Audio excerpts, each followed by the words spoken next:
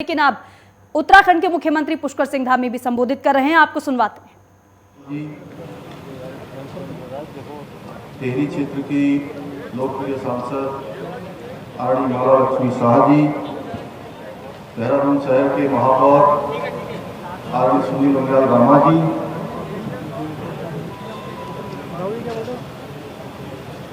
इस क्षेत्र के लोकप्रिय विधायक आरडी खजान दास जी, जिला पंचायत के अध्यक्ष आदरणीय मधु चौहान जी,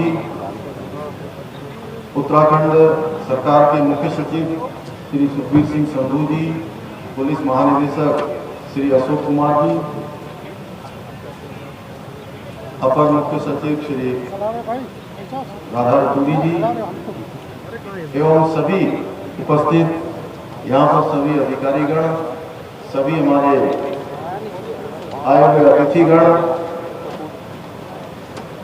और हमारे स्वतंत्रता संग्राम के सेनानियों के परिजन, हमारे उत्तराखंड आंदोलनकारी जिन्होंने उत्तराखंड राज्य को बनाने में अपना योगदान दिया, दूर दूर से इस स्वतंत्रता दिवस के समारोह में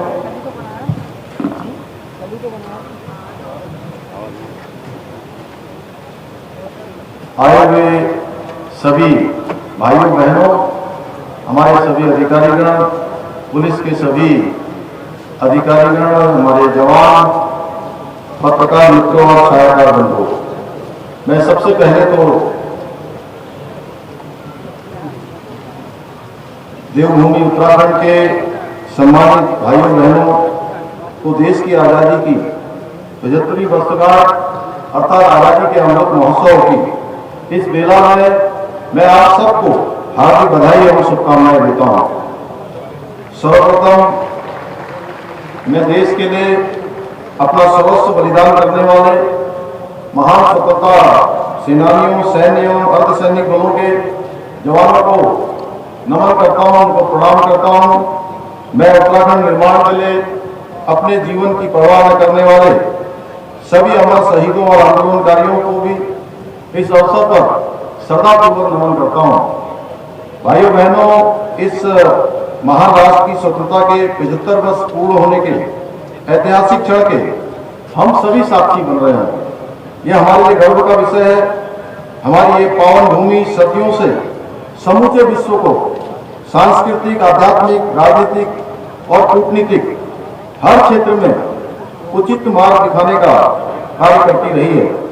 भारत की इसी महिमा का गुणगान करते हुए राष्ट्रकवि श्री मैथिली शरण गुप्त जी ने लिखा था, मस्तक ऊंचा हुआ मही का, मस्तक ऊंचा हुआ मही का, धन्य हिमालय उत्कर्ष, हरि का पीड़ा क्षेत्र हमारा, भूमि भाग्य सा भारतवर्ष, भूमि भाग्य सा भारतवर्ष। ऐसे अद्वितीय राष्ट्र में जन्म लेना और मां भारती की सेवा का अवसर पाना हम सभी का परम सौभाग्य है। आज आजादी के 75वीं वर्षगांठ पर हमारे देश के यशस्वी प्रधानमंत्री मोदी जी के नेतृत्व में हम आजादी का अमृत महोत्सव मना रहे हैं। हमारे महान स्वतंत्रता सेनानियों और शहीद वीर जवानों को समर्पित यह अमृत महोत्सव नए और आत्मनिर्भर भारत का निर्माण का भी संकल्प है। राष्ट्र के प्रति हमारा कर्तव्य है कि आजादी के इस अमृत काल में हम अपनी सामूहिक प्रतिबद्धता का प्रदर्शन करते हुए भारत को वैश्विक महाशक्ति बनाने का प्रण लें। हम साथ चलें, मिलकर चलें, मिलकर सोचें, मिलकर संकल्प लें और मिलकर देश को आगे बढ़ाएं। मुझे गर्व है कि आप देश के यशस्वी प्रधानमंत्री नरेंद्र मोदी जी के नेतृत्व में राष्ट्र के प्रति समर्पण का और संकल्प का एक नया भाव जागृत हुआ है। हमारा देश आज पहले से कहीं अधिक संगठित, सशक्त और सुरक्षित हो रहा है। देश के घर घर में फहराता तिरंगा दुनिया को एक भारत श्रेष्ठ भारत का संदेश दे रहा है। भाइयों बहनों, हम आजादी के अमृत काल में प्रवेश कर रहे हैं।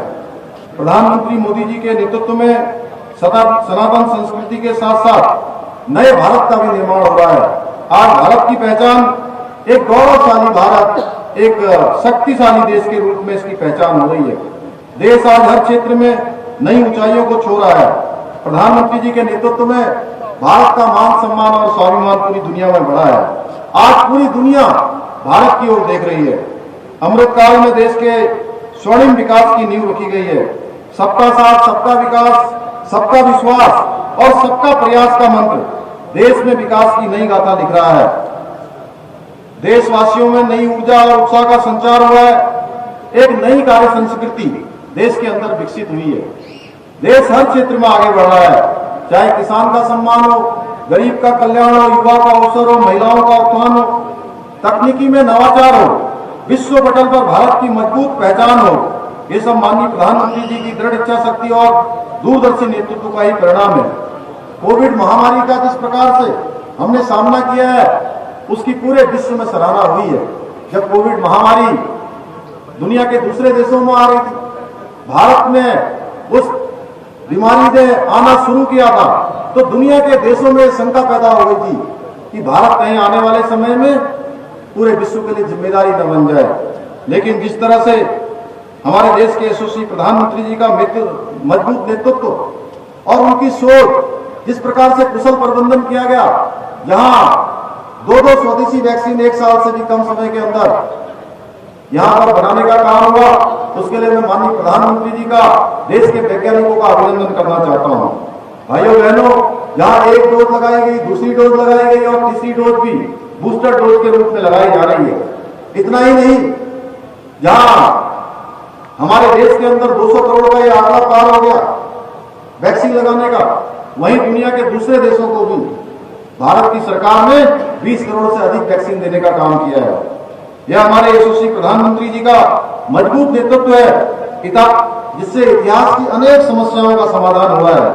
हम सबके आराध्य देव भगवान श्री राम का मंदिर बनने का मार्ग प्रशस्त हुआ है। कश्मीर के अंदर जहां 2 विधान, 2 प्रधान और 2 संविधान चलते थे, वहां भी धारा 370 खत्म कर जम्मू कश्मीर के लोगों को देश की मुख्य धारा में जोड़ने का काम हुआ है। मुस्लिम बहनों को तत्काल 3 तलाक जैसी कुप्रथा से आजादी मिली है। आज हमारी सेना सर्जिकल स्ट्राइक कर दुश्मनों को उनके घर में घुसकर मारती है। भाइयों बहनों, प्रधानमंत्री जी का उत्तराखंड से विशेष प्रकार का लगाव किसी से छुपा हुआ नहीं है।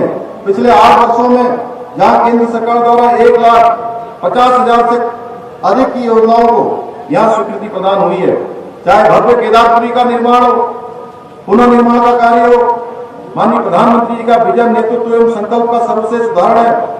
बद्रीनाथ धाम के मास्टर प्लान पर तेजी से काम शुरू हो चुका है। ऋषिकेश कर्णप्रयाग रेल लाइन परियोजना पर तेजी से काम चल रहा है। टनकपुर बागेश्वर रेल लाइन, डोईवाला से गंगोत्री यमुनोत्री लाइन के सर्वे की भारत सरकार द्वारा सहमति दे दी गई है।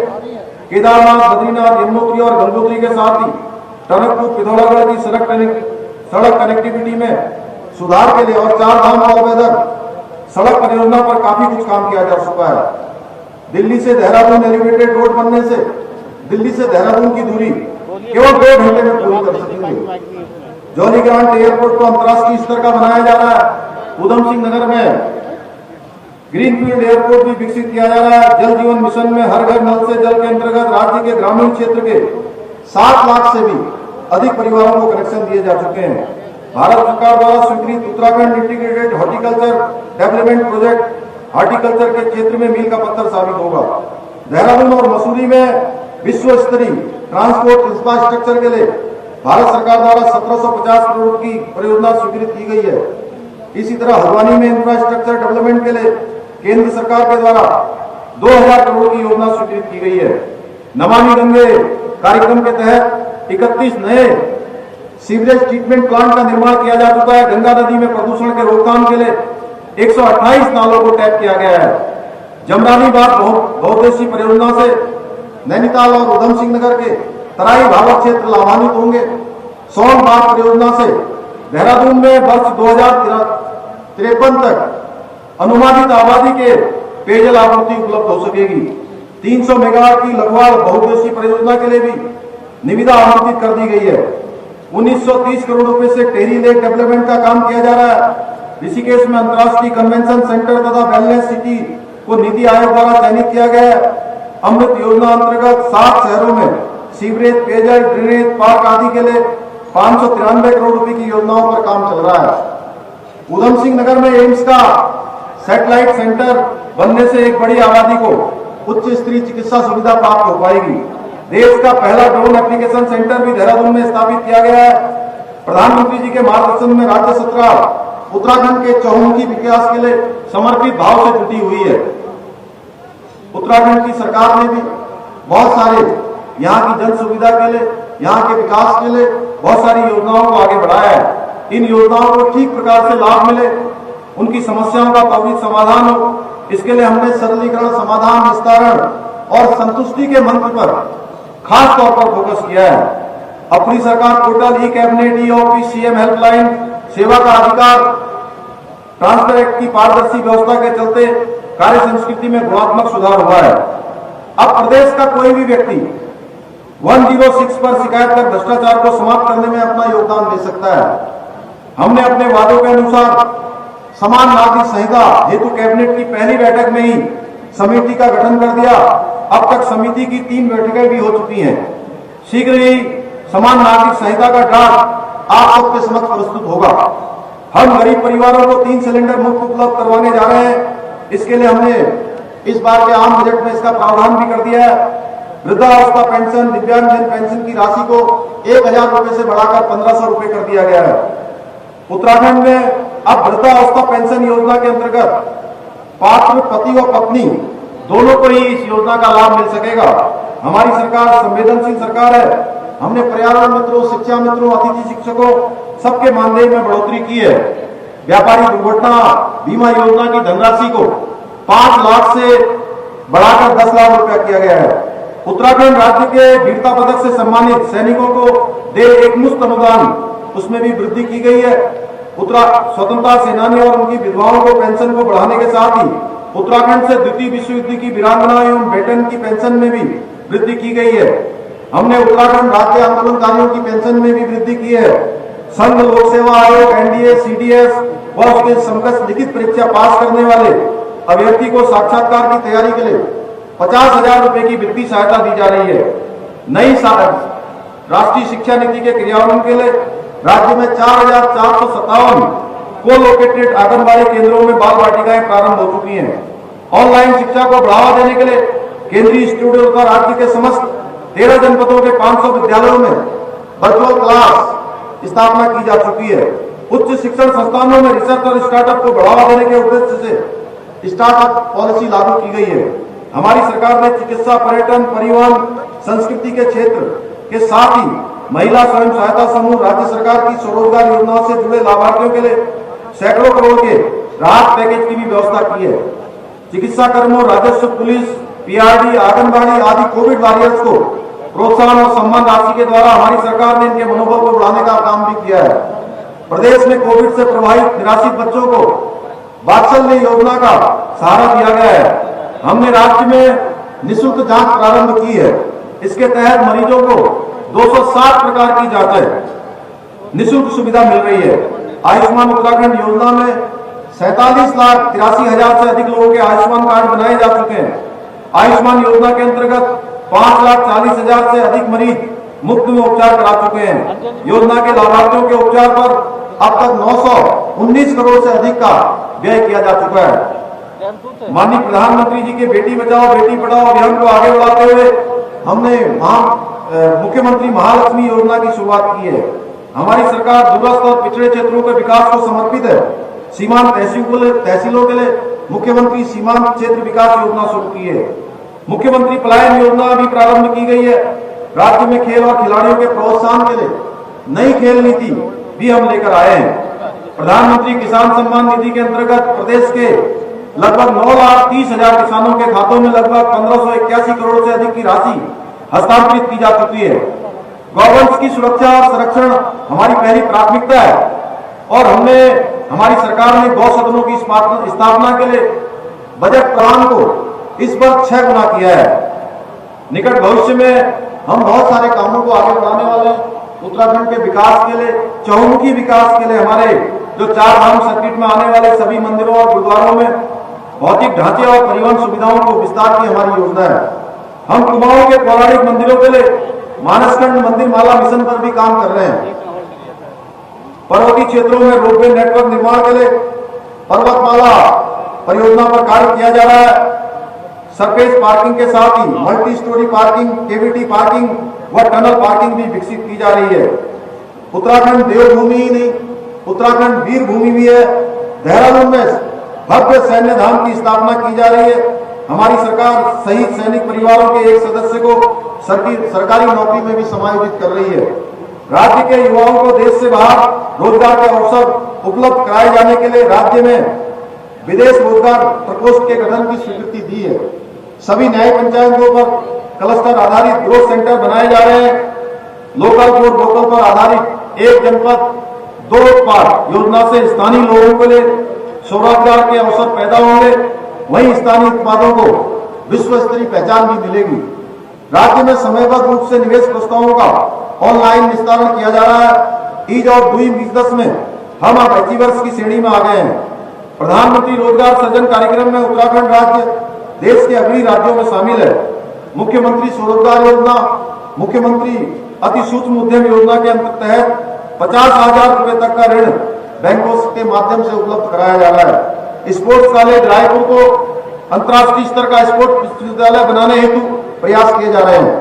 उभरते खिलाड़ियों को प्रोत्साहन के लिए मुख्यमंत्री उदयमान खिलाड़ी उन्नयन खेल छात्रवृत्ति योजना के अंतर्गत प्रत्येक जनपद के 150 बालक और 150 बालिकाओं को खेल छात्रवृत्ति की व्यवस्था की गई है। ग्रामीण स्तर पर ओपन जिम के लिए 10 करोड़ रुपए का बजट का प्रावधान किया गया है, जिसमें हर ग्राम पंचायत में एक ओपन जिम खोला जाएगा। हमने राज्य में प्रधानमंत्री आवास योजना में लगभग 55,000 गरीबों को आवास दिए जाने का लक्ष्य रखा है। होम स्टे योजना से जहां ग्रामीण अर्थव्यवस्था को मजबूती मिलेगी, अभी तक 4060 होम स्टे पंजीकृत किए जा चुके हैं। ट्रैकिंग मार्गों पर भी होम स्टे को हमारी सरकार द्वारा विशेष प्रोत्साहन दिया जा रहा है। प्रदेश में 16 इको टूरिज्म डेस्टिनेशन विकसित किए जा रहे हैं। नदियों और जल स्रोतों को पुनर्जीवित करने की पहल बड़े स्तर पर की गई है। प्रत्येक जिले में वर्षा जल संचय के लिए झीलें विकसित की जा रही हैं। अमृत महोत्सव के तहत 1250 अमृत सरोवर बनाए जा रहे हैं। विगत 5 वर्षों में प्रदेश में जैविक कृषि के क्षेत्र में निरंतर वृद्धि हुई है। जैविक उत्पादों के विपणन के लिए जैविक आउटलेट भी स्थापित किए जा रहे हैं।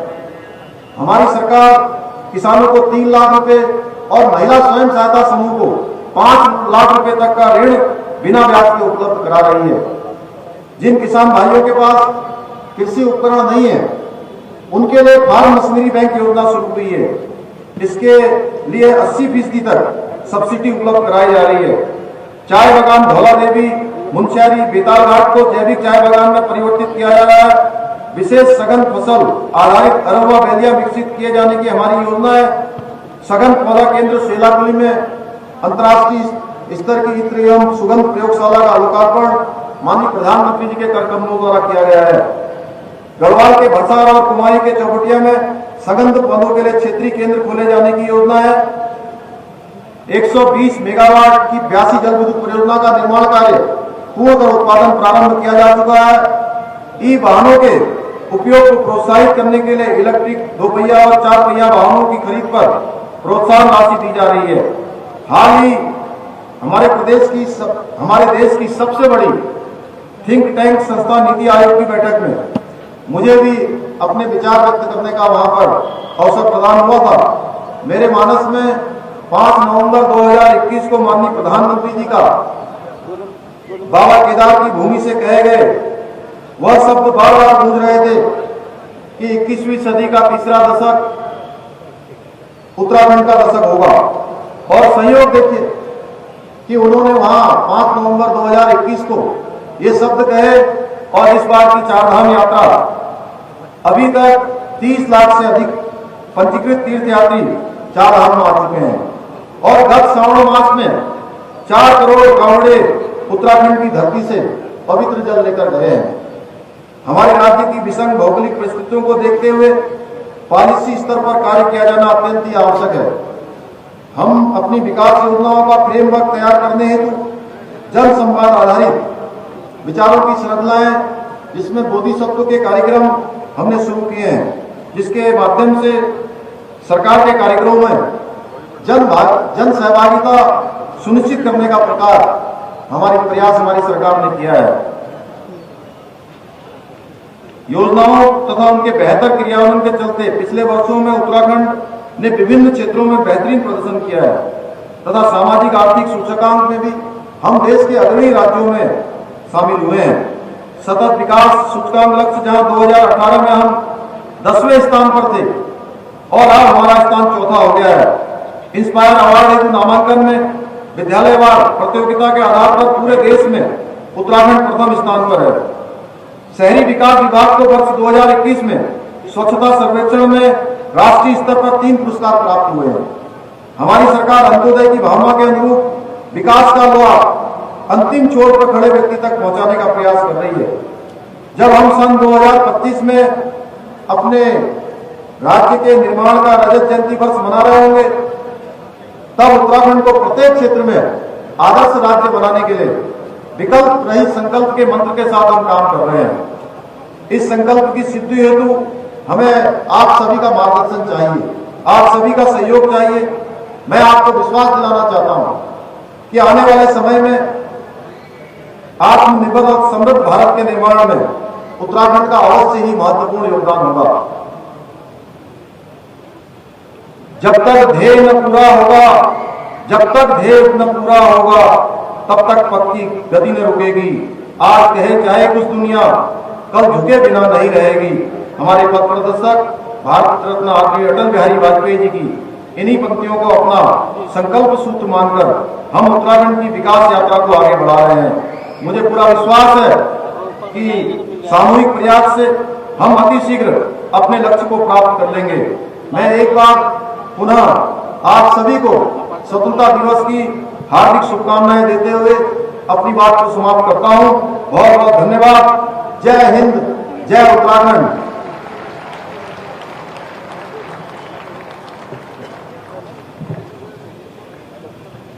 कार्यक्रम के इस क्षण में उत्तराखंड शासन द्वारा स्वतंत्रता दिवस 2022 के शुभ अवसर पर उत्कृष्ट कार्य करने वाले पुलिस अधिकारियों एवं कर्मचारियों को माननीय मुख्यमंत्री जी के कर कमलों के माध्यम से मेडल अलंकरण किया जाएगा। हम पुलिस महानिदेशक महोदय से अनुरोध करते हैं कि कृपया माननीय मुख्यमंत्री उत्तराखंड के मुख्यमंत्री पुष्कर सिंह धामी को आप सुन रहे थे। सभी को उन्होंने शुभकामनाएं दी हैं स्वतंत्रता दिवस की, और इसके अलावा उन्होंने अपनी सरकार की उपलब्धियों के साथ साथ संकल्प लिया है और जो काम सरकार की तरफ से किए गए हैं वो भी मुख्यमंत्री पुष्कर सिंह धामी ने बताए हैं। तस्वीरें लगातार हम आप तक पहुंचा रहे हैं और तमाम जो मुख्यमंत्रियों के संबोधन है वो भी आपने सुने हैं, लेकिन अब जो तस्वीरें सामने आएंगी वो भी दिखाएंगे।